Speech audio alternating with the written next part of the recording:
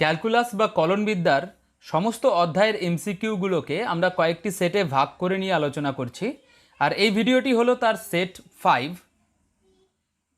Question number 1, যদি F dashed 1 equals to 2 এবং জি dashed root 2 equals to 4 হয়, তবে এক্স ইকুয়ালস টু π/4 বিন্দুতে জি অফ সেক এক্স এর সাপেক্ষে এফ অফ ট্যান এক্স এর অবকল গুণাঙ্কের মান এই নিচের অপশনগুলির মধ্যে কোনটি হবে? আমরা যখন কোনো একটি অপেক্ষকের সাপেক্ষে অন্য একটি অপেক্ষকের অবকল গুণাঙ্ক নির্ণয় করি, তবে সেক্ষেত্রে একটি অপেক্ষককে আমরা ধরে নিই ইউ এবং অপর অপেক্ষকটিকে আমরা ধরে নিই ভি। এরপরে আমরা একে যেহেতু ইউ ধরেছি, তাই ইউকে যদি আমরা এক্সের সাপেক্ষে এবার ডেরিভেটিভ করি, আমরা পেয়ে যাব D U D X equals to, U হচ্ছে জি অফ সেক এক্স, তাই এটা হবে জি ড্যাশড সেক এক্স, কারণ জি এর ডেরিভেটিভ হবে জি ড্যাশ সেক এক্স। এবার চেইন রুল অ্যাপ্লাই করলে আমাদের সেক এক্সের ডেরিভেটিভ গুণ করতে হবে, যা হলো sec x into tan x. তাহলে আমরা পেলাম ডি ইউ ডিএক্স হলো জি ড্যাশ সেক এক্স মানে জি এর ডেরিভেটিভ ইন্টু সেকের ডেরিভেটিভ, যা হলো sec x into tan x. আবার একই রকমভাবে ভিকে যদি আমরা এক্সের সাপেক্ষে ডেরিভেটিভ করি, আমরা পাবো D V D X equals two F dashed tan x. আবার একই রকমভাবে চেন রুল ইউজ করলে ট্যান এক্সের ডেরিভেটিভ, যা হলো সেক স্কোয়ার এক্স। এবার আমাদেরকে বলেছে ইউ এর সাপেক্ষে ভি এর অবকল গুণাঙ্ক নির্ণয় করো। আর ইউ এর সাপেক্ষে ভি এর অবকল গুণাঙ্ক হচ্ছে ডিভি ডি ইউ, যাকে আমরা লিখতে পারি dv D X by D U dx. এখানে মানগুলো যদি আমরা বসিয়ে দিই, ডিভি ডিএক্স এর মান হলো F dashed tan X into sec square X, আর ডি ইউ ডিএক্স এর মান হচ্ছে G dashed sec x into sec x into tan X.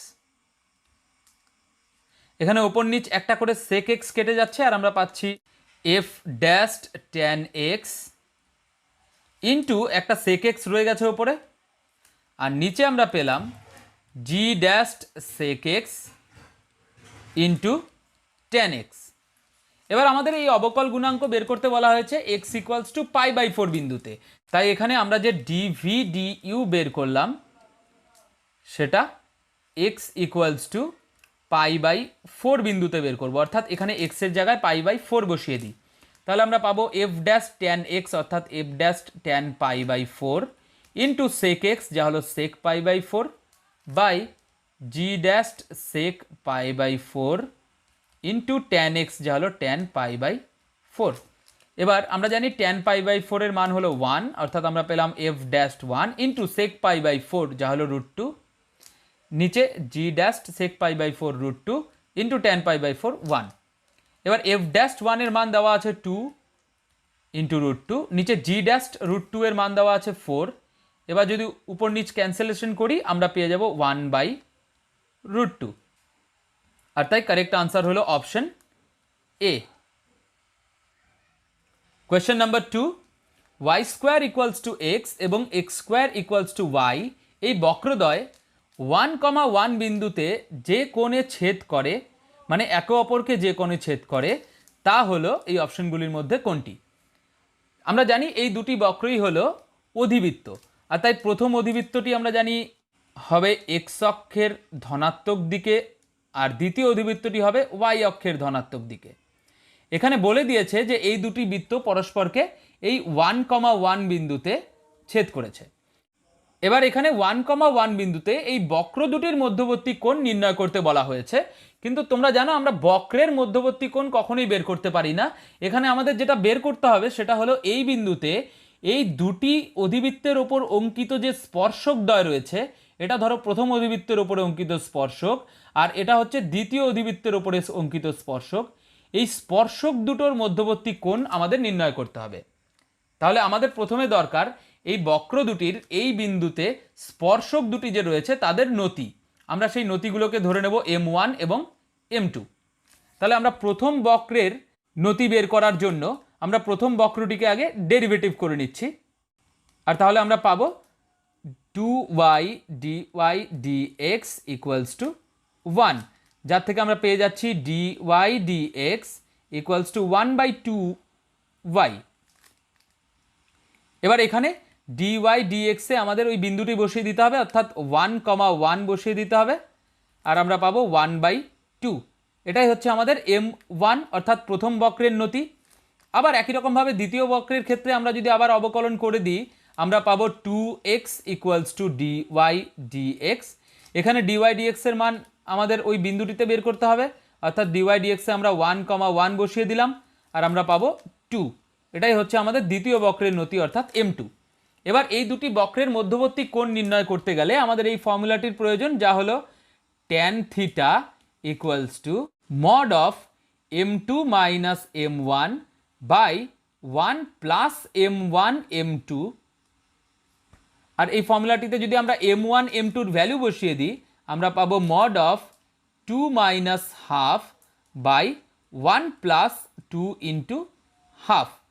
এখানে 2 যদি আমরা কেটে দিই আর ওপরে যদি আমরা লসাগু নিয়ে নিই, ওপরে আমরা পেয়ে যাব 2 মাইনাস হাফ, যা হলো 3/2, আর নিচে হয়ে গেল 1 প্লাস 1 অর্থাৎ 2, আর তাই আমরা পেলাম 3/4। আর ট্যান থিটা যদি 3/4 হয়, তাহলে আমরা লিখতে পারি থিটার মান হবে ট্যান ইনভার্স 3/4। আর তাই কারেক্ট আনসার হলো option D. Question number 3, d2y dx2 whole to the power 3/2 minus dy dx whole to the power half minus 4 equals to 0 এই অবকল সমীকরণটির মাত্রা এই অপশনগুলির মধ্যে কোনটি হবে? তোমরা জানো একটি অবকল সমীকরণের মাত্রা আমরা তখনই নির্ণয় করতে পারি যখন এই ওপরের পাওয়ারগুলো অখণ্ড সংখ্যা হয়, কিন্তু এখানের এই দুটো পাওয়ারের মধ্যে কোনো পাওয়ারই অখণ্ড সংখ্যায় নেই, আর তাই অবশ্যই আমাদের দুটো পাওয়ারকেই সবার প্রথমে অখণ্ড সংখ্যায় নিয়ে আসতে হবে। তাই আমি এই d2y dx2 জায়গায় লিখছি y2, তাহলে পাচ্ছি y2 to the power 3/2 minus এর জায়গায় লিখছি y1, তাই y1 to the power half minus 4 equals to 0। তো প্রথমে আমি y2 টু দি পাওয়ার 3/2কে বাদিকে রেখে আর মাইনাস 4কে বাদিকে রেখে আমি y1 টু দি পাওয়ার হাফকে ডান দিকে নিয়ে গেলাম। এবার যদি উভয় পক্ষে আমরা বর্গ নিয়ে নিই, তাহলে আমরা পাবো y2 to the power 3/2 minus 4 whole square equals to y1 to the power half whole square. এখানে এই পাশে যদি a মাইনাস বি হোল স্কোয়ারের ফর্মুলা করে দিই, তাহলে আমরা পাবো y2 cube plus B square, যা হলো 16, মাইনাস 2ab, যা হলো 2 into y2 to the power 3/2 into B, যা হলো 4, equals to y1 to the power, এখানে 2 কেটে যাবে, আর তাই y1 টু দি পাওয়ার 1। এবার এখনও আমাদের প্রত্যেকটি পাওয়ার অখণ্ড সংখ্যায় আসেনি, কারণ এই পাওয়ারটা এখনও ভগ্নাংশে রয়েছে, তাই এই পাওয়ারটিকে আবার অখণ্ড সংখ্যায় আনতে হবে। তার জন্য আমরা লিখব y2 কিউব প্লাস 16 যেখানে আছে থাক, এই y1কে আমরা বাদিকে নিয়ে আসব, আর এই যেই টার্মটিতে এখনও ভগ্নাংশ রয়ে গেছে পাওয়ারে, সেই টার্মটিকে একা আমরা ডান দিকে নিয়ে যাব। তাই ডান দিকে হবে 8y2 টু দি পাওয়ার 3/2। এখানে যেহেতু 3/2 আছে, তাই দুই দিকে বর্গ নিলে আমাদের এই পাওয়ারটি অখণ্ড সংখ্যা হয়ে যাবে, তাই আমরা দুই দিকে বর্গ নিয়ে নিচ্ছি। তাহলে আমরা পাবো y2 cube plus 16 minus y1 whole square equals to 8y2 to the power 3/2 whole square. এবার আমরা এই পাশে a plus B plus C whole স্কোয়ারের ফর্মুলা আমরা জানি, সেই ফর্মুলা ব্যবহার করে দিতে পারি। আর সেই ফর্মুলা আমরা পুরোপুরি ব্যবহার করব না, আমরা জাস্ট হাইয়েস্ট পাওয়ারটা এখানে যদি লিখি, আমরা পাবো y2 কিউব আছে, তার স্কোয়ার হবে, তাই অবশ্যই y2 টু দি পাওয়ার 6 হবে, আর তার সাথে আরও কতগুলো টার্ম আমরা এখানে পাবো, এবং ডান দিকে আমরা পাবো 8 স্কোয়ার মানে 64 y2 টু দি পাওয়ার 3। তার মানে সবার প্রথমেই আমরা যেটা লক্ষ্য করতে পারি যে এখানে সবগুলো পাওয়ারই অখণ্ড সংখ্যা চলে এসেছে, আর তাই এখান থেকে আমরা এর ডিগ্রি বের করতে পারি, আর এর ডিগ্রি হবে এই হাইয়েস্ট অর্ডার ডেরিভেটিভের হাইয়েস্ট পাওয়ার, আর এই হাইয়েস্ট পাওয়ার রয়েছে 6, আর তাই এর মাত্রা হবে 6। আর এখানে কারেক্ট আনসার হলো option A. Question number 4, integration 0 থেকে π/2 log of tan x dx এর মান এই অপশনগুলির মধ্যে কোনটি হবে? এখানে সবার প্রথমেই ইন্টিগ্রেশনটিকে আমি i ধরে নিচ্ছি। এবার আমরা জানি ইন্টিগ্রেশন 0 থেকে a f of x dx কে আমরা লিখতে পারি ইন্টিগ্রেশন 0 থেকে a F of A minus X dx. তাই এখানে আমরা এই ইন্টিগ্রেশনটিকে লিখতে পারি 0 থেকে π/2 লগ অফ ট্যান অফ, আমরা এক্সের জায়গায় বসিয়ে দেবো এ মাইনাস এক্স, অর্থাৎ π/2 মাইনাস এক্স ডিএক্স। অর্থাৎ আমরা পেয়ে গেলাম 0 থেকে π/2 লগ অফ, এটা ট্যান π/2 মাইনাস এক্স, যাকে আমরা লিখতে পারি কট এক্স ডিএক্স। আবার আমরা জানি কট এক্স হচ্ছে ট্যান এক্সের অন্যোন্যক, আর তাই কট এক্সের জায়গায় আমরা লিখতে পারি 1/tan x, যা হলো ট্যান এক্স ইনভার্স ডিএক্স। এবার ট্যান এক্সের উপরে পাওয়ার রয়েছে -1, এই -1 লগের সামনে চলে যাবে তোমরা জানো, তাই এখানে মাইনাস চলে গেল, আর আমরা পেলাম ইন্টিগ্রেশন 0 থেকে π/2 লগ অফ ট্যান এক্স। এই যে ইন্টিগ্রেশন 0 থেকে π/2 লগ অফ ট্যান এক্স, এটাই তো আমাদের প্রদত্ত ছিল, আর এটাকেই আমরা আই ধরেছি, তাই এখানে আমরা বসিয়ে দিতে পারি আই। অর্থাৎ আমরা ফাইনালি পেলাম যে আই সমান সমান -i, আর দুটোকে একদিকে নিলে আমরা পেয়ে যাব 2i = 0, অর্থাৎ i = 0। আর তাই কারেক্ট আনসার হলো অপশন এ। কোয়েশ্চেন নাম্বার 5, যদি F of X plus 2 into F of 1 minus x equals two tan inverse x হয়, তবে এফ ড্যাশ 1 এর মান কত হবে? এখানে দেওয়া আছে F of X plus 2 into F of 1 minus x. তাই যেহেতু এক্স আর 1 মাইনাস এক্স দেওয়া আছে, এই সমস্ত ক্ষেত্রে তোমরা কি করবে, যে এক্স এর স্থানে 1 মাইনাস এক্স বসিয়ে দেবে। তাহলে এক্স এর স্থানে 1 মাইনাস এক্স বসিয়ে দিলে আমরা পাচ্ছি কি, এটাকে যদি আমরা 1 নং সমীকরণ বলি, তাহলে আমরা পাবো এফ অফ এক্স এর স্থানে 1 মাইনাস এক্স বসিয়ে দিচ্ছি, plus 2 F of 1 minus x ছিল, তাই 1 মাইনাস, আবার এক্স এর স্থানে 1 মাইনাস এক্স মানে 1 প্লাস এক্স হয়ে যাবে, equals to tan inverse 1 minus x. তাহলে আমরা পাচ্ছি F of 1 minus x plus 2f of x equals to tan inverse 1 minus x। এটা হচ্ছে আমাদের 2 নং সমীকরণ। এবার এই দুটো সমীকরণকে ব্যবহার করে আমরা f of x বের করে নেব সবার আগে, কারণ f of x যদি আমরা বের করে ফেলতে পারি, তাহলে সেটাকে ডেরিভেটিভ করে আমরা f dash x বের করতে পারবো, আর সেখানে 1 বসিয়ে দিলে f dash 1 পাবো। এবার fx বের করার জন্য আমি এখান থেকে 2 নং সমীকরণ থেকে আমি f of 1 minus x এর ভ্যালু বের করে নিই। তাহলে 2 নং সমীকরণ থেকে এফ অফ 1 মাইনাস এক্স এর ভ্যালু কী হবে, সেটা হবে tan inverse 1 minus x minus 2 F of x. এই ভ্যালুটিকে আমরা এখন 1 নং সমীকরণে বসিয়ে দেব। তাহলে 1 নং সমীকরণে এই ভ্যালুটি বসিয়ে দিলে আমরা পাবো F of X plus 2 into F of 1 minus x ছিল, যার জায়গায় এই ভ্যালুটি বসিয়ে দিলে আমরা পাবো tan inverse 1 minus x minus 2 F x equals two tan inverse x. এখানে আমরা পেয়ে যাচ্ছি এফ এক্স মাইনাস 4f(x), অর্থাৎ সিম্পলিফাই করলে minus 3f(x) plus 2 tan inverse 1 minus x equals two tan inverse x, যার থেকে আমরা পেয়ে যাচ্ছি 3f of x equals to 2 tan inverse 1 minus x minus tan inverse x, যার থেকে আমরা লিখতে পারি F of X equals two 2/3 tan inverse 1 minus x minus 1/3 tan inverse x. এবার যদি আমরা এফ এক্সকে এক্সের সাপেক্ষে অবকলন করে দিই, তাহলে আমরা পাবো F dashed x equals two 2/3, এখানে ট্যান ইনভার্স সামথিং এর ডেরিভেটিভ হবে 1/1 প্লাস সামথিং স্কোয়ার ইন্টু এই 1 মাইনাস এক্সের ডেরিভেটিভ ইন্টু করতে হবে চেন রুল অ্যাপ্লাই করলে, আর 1 মাইনাস এক্সের ডেরিভেটিভ তোমরা জানো হয় -1 মাইনাস 1/3 ইন্টু ট্যান ইনভার্স এক্সের ডেরিভেটিভ হলো 1/1 প্লাস এক্স স্কোয়ার। এবার আমাদের কাছে চেয়েছে এফ ড্যাশ 1, তাহলে আমরা যদি এক্সের জায়গায় 1 বসিয়ে দিই, তাহলে আমরা পাবো 2/3 এফ ড্যাশ 1, তাই 1/1 plus 1 minus 1 whole square into minus one minus one by three into one by one plus one square. আর তাই আমরা পেলাম এখানে মাইনাস একটা ওয়ান ছিল, তাই সামনে মাইনাস চলে আসলো, টু বাই থ্রি ইন্টু ওপরে ওয়ান আর নিচে ওয়ান মাইনাস ওয়ান, এটা তো শূন্য, তাই নিচে থাকলো one minus one by three into নিচে আছে ওয়ান প্লাস ওয়ান যা হলো টু। তাহলে আমরা পাচ্ছি minus two by three minus one by six. এখানে যদি আমরা সিক্স লসাগু নিয়ে নিই তাহলে আমরা পাচ্ছি মাইনাস ফোর মাইনাস ওয়ান অর্থাৎ মাইনাস ফাইভ বাই সিক্স। আর তাই কারেক্ট আনসার হলো অপশন সি।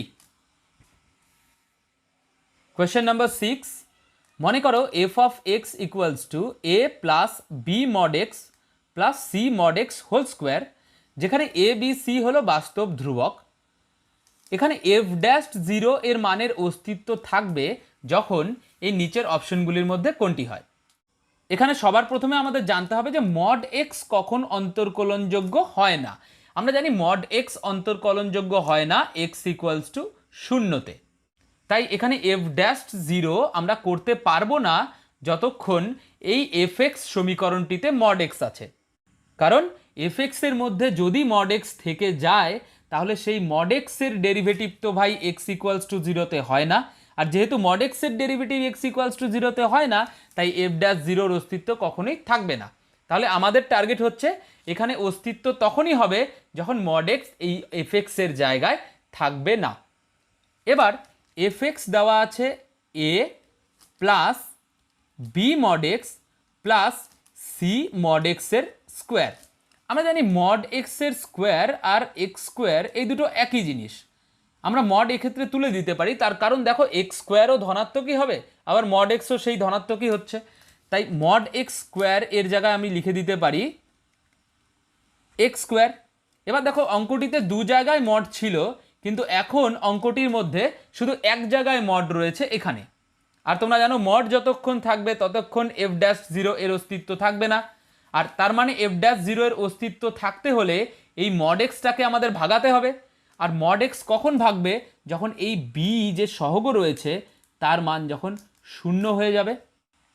কারণ বি এর মান যদি শূন্য হয়ে যায় তাহলে এই অপেক্ষকটি শেষমেশ হয়ে যাবে এ প্লাস সি এক্স স্কোয়ার, কারণ বি তো শূন্য আর এখানে কোনো মডিউলাস নেই।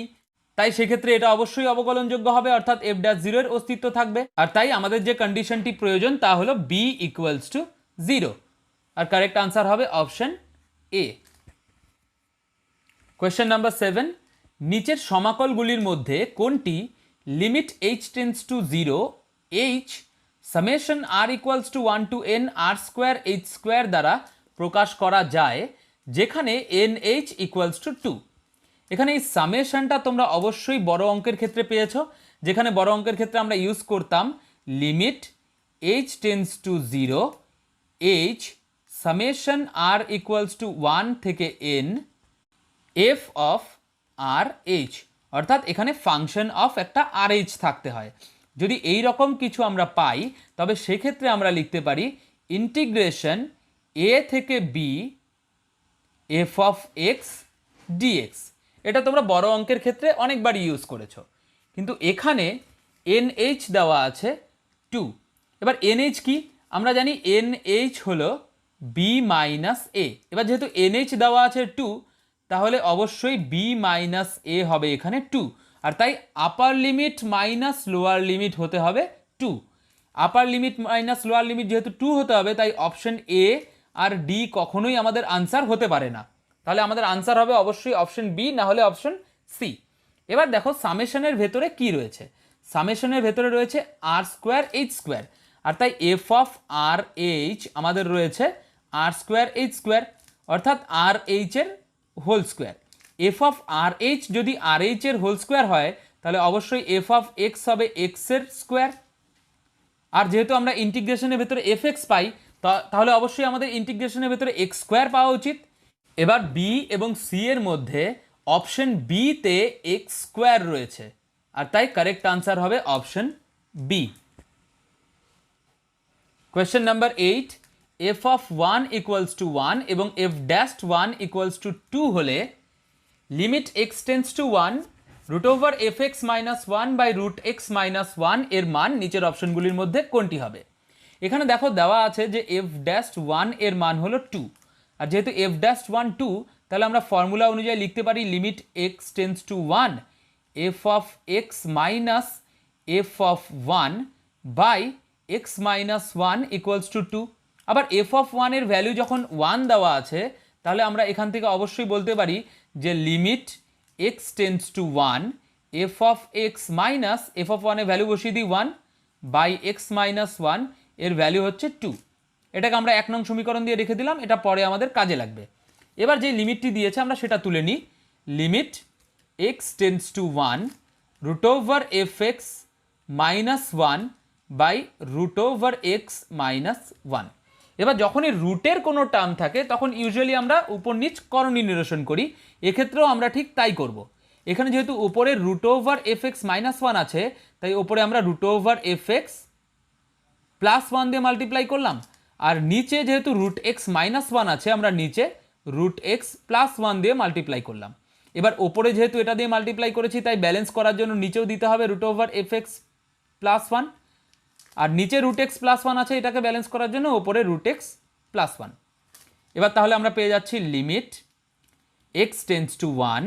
এবার প্রথম দুটোর থেকে দেখো আমরা কি পাচ্ছি, এ প্লাস বি ইন্টু এ মাইনাস বির ফর্মুলা, যা হলো এ স্কোয়ার মাইনাস বি স্কোয়ার।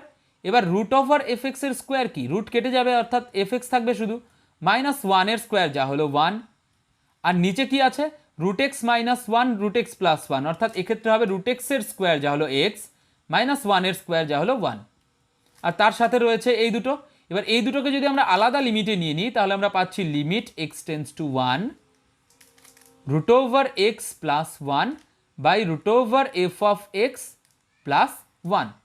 এবার দেখো এই প্রথমে যে লিমিটটা রয়েছে, এই গোটা লিমিটটারই ভ্যালু আমরা 1 নং সমীকরণে বের করে রেখেছিলাম, যা হলো 2।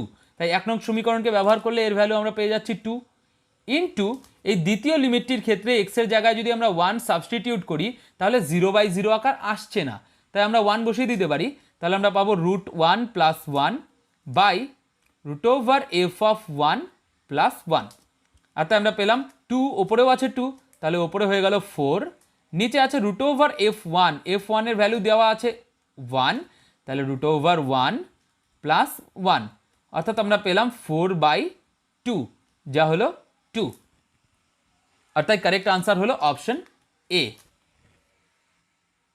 Question number 9, F of X equals to mod of X minus 1 এই অপেক্ষকের এক্স ইকুয়ালস টু 0 আর 1 বিন্দুর মধ্যে কোনটিতে চরম বা অবম আছে সেটা আমাদের বের করে দেখতে হবে যে এই অপশনগুলোর মধ্যে কোনটি সত্য।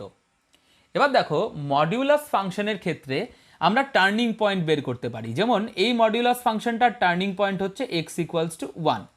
এবার টার্নিং পয়েন্ট জানা থাকলে আমরা দুভাবে এর উত্তর বের করতে পারি। দেখো টার্নিং পয়েন্টকে ইউজ করে আমরা গ্রাফের সাহায্যে এর উত্তর বের করতে পারি, বা আরও সহজে যদি আমাদের বের করতে হয়, তাহলে দেখো মডিউলাসের মান আমরা জানি সব থেকে কম 0 হয়, কারণ মড তো কখনো ঋণাত্মক হয় না। তাই এই যে মড অফ এক্স মাইনাস 1 এর সব থেকে কম মান অর্থাৎ অবম মান পাচ্ছি আমরা। অবম মান কত আমরা জানি 0। শুধু মড অফ এক্স মাইনাস 1 কেন, মডের ভিতরে যাই থাকুক না কেন তার সব থেকে ক্ষুদ্রতম মান যেটা হতে পারে সেটা হলো 0। তাহলে মড অফ এক্স মাইনাস 1 এরও ক্ষুদ্রতম মান হবে 0। এবার ভাবো মড অফ এক্স মাইনাস 1 0 কখন হবে, অর্থাৎ এক্সের জায়গায় কি বসালে এর মান 0 হবে। আমরা দেখতেই পাচ্ছি এক্সের জায়গায় যদি আমরা 1 বসাই তাহলে এর মান হয়ে যাচ্ছে 0, আর তাই আমরা বলতেই পারি যে এক্স ইকুয়ালস টু 1 এর মান 0 পাচ্ছি, অর্থাৎ এর অবম মান পাচ্ছি, আর তাই সঠিক উত্তর হবে এক্স ইকুয়ালস টু 1 এর অবম মান আছে, অর্থাৎ option C. Question number 10, limit X tends to 2 integration 2 থেকে X 3t square by X minus 2 dt. এখানে ইন্টিগ্রেশনও রয়েছে লিমিটও রয়েছে, কিন্তু দুটো আলাদা ভ্যারিয়েবল রয়েছে। দেখো এখানে ইন্টিগ্রেশন ডিটি রয়েছে, তাই ইন্টিগ্রেশনের জন্য কিন্তু টি একটি ভ্যারিয়েবল আর এক্স হচ্ছে গিয়ে একটি কনস্ট্যান্ট। আবার লিমিট রয়েছে এক্স টেন্স টু 2, তাই লিমিটের জন্য এক্স একটি ভ্যারিয়েবল আর টি হবে একটি কনস্ট্যান্ট, এটা মনে রাখবে। তার মানে লিমিট আর ইন্টিগ্রেশন দুটো থাকলেও তাদের দুজনের জন্য ভ্যারিয়েবল আর কনস্ট্যান্ট কিন্তু আলাদা রয়েছে। এবার প্রথমে যেহেতু আমরা ইন্টিগ্রেশনটি করব, তাই দেখো ইন্টিগ্রেশনের ভ্যারিয়েবল কি, ইন্টিগ্রেশনের ভ্যারিয়েবল হচ্ছে টি, তাই এই এক্স মাইনাস 2 আর এই উপরের 3 এটা নিশ্চয়ই ইন্টিগ্রেশনের জন্য একটি কনস্ট্যান্ট। অবশ্যই এক্স মাইনাস টুটা লিমিটের জন্য কনস্ট্যান্ট নয়, কিন্তু লিমিটের জন্য কনস্ট্যান্ট না হলেও এটা ইন্টিগ্রেশনটির জন্য একটি কনস্ট্যান্ট, তাই এটা ইন্টিগ্রেশনের বাইরে নিয়ে যেতে পারি। আর তাই আমরা পাবো লিমিট এক্স টেন্স টু 2, এই 3/x-2কে আমরা ইন্টিগ্রেশনের বাইরে নিয়ে গেলাম, আর ইন্টিগ্রেশনের ভেতরে শুধু থেকে গেল t² dt। এবার দেখো 3 যেহেতু একটি কনস্ট্যান্ট, এই কনস্ট্যান্টকে আমরা লিমিটেরও বাইরে নিয়ে যেতে পারি। তাহলে আমরা পেলাম limit X tends to 2 1/x-2, এই t² ইন্টিগ্রেশন হচ্ছে t³/3, আর লিমিট হচ্ছে উপরে x, নিচে হচ্ছে 2। এবার দেখো আমরা প্রথমে আপার লিমিট বসাবো, তারপরে লোয়ার লিমিট বসাবো, কিন্তু লিমিটগুলো বসানোর আগেই কিন্তু আমরা এই যে নিচে যে কনস্ট্যান্ট আছে 3 সেটাকে কমন নিয়ে নিতে পারি, অর্থাৎ কমন নেওয়ার পর আমরা লিমিটগুলো বসাতে পারি। তাই এই 3 কমন নিলে 3 একেবারে বাইরে চলে যাবে, কারণ 3 লিমিট আর ইন্টিগ্রেশন দুটোর জন্যই কনস্ট্যান্ট। তাহলে আমরা পেলাম limit X tends to 2 1/x-2, এখানে যে t³ আমরা ভ্যালু বসাই আমরা পাচ্ছি x³ মাইনাস 2 বসিয়ে দিলে 2³। তাহলে আমরা পাচ্ছি 3 কেটে গেল, লিমিট এক্স টেন্স টু 2, এখানে x³ মাইনাস 2³ এবার দেখো ওপরে a³ মাইনাস b³ এর ফর্মুলা করেও তোমরা এই অঙ্কটি করতে পারো, কিন্তু আমাদের কাছে একটা ফর্মুলা রয়েছে যে limit X tends two a, x⁴n minus a⁴n/x-a এর ভ্যালু হয় n ইন্টু a⁴n-1। এখানে দেখো এক্স্যাক্টলি এই ফর্মুলাটার মতোই দেখতে আমরা কিছু পেয়েছি, তাই আমরা চাইলে ডাইরেক্ট এই ফর্মুলাটা ব্যবহার করে দিতে পারি। আর তাই আমরা পাবো n মানে 3 ইন্টু a মানে 2 টু দি পাওয়ার n-1 অর্থাৎ 3-1, যা হলো 3 ইন্টু 4 অর্থাৎ 12।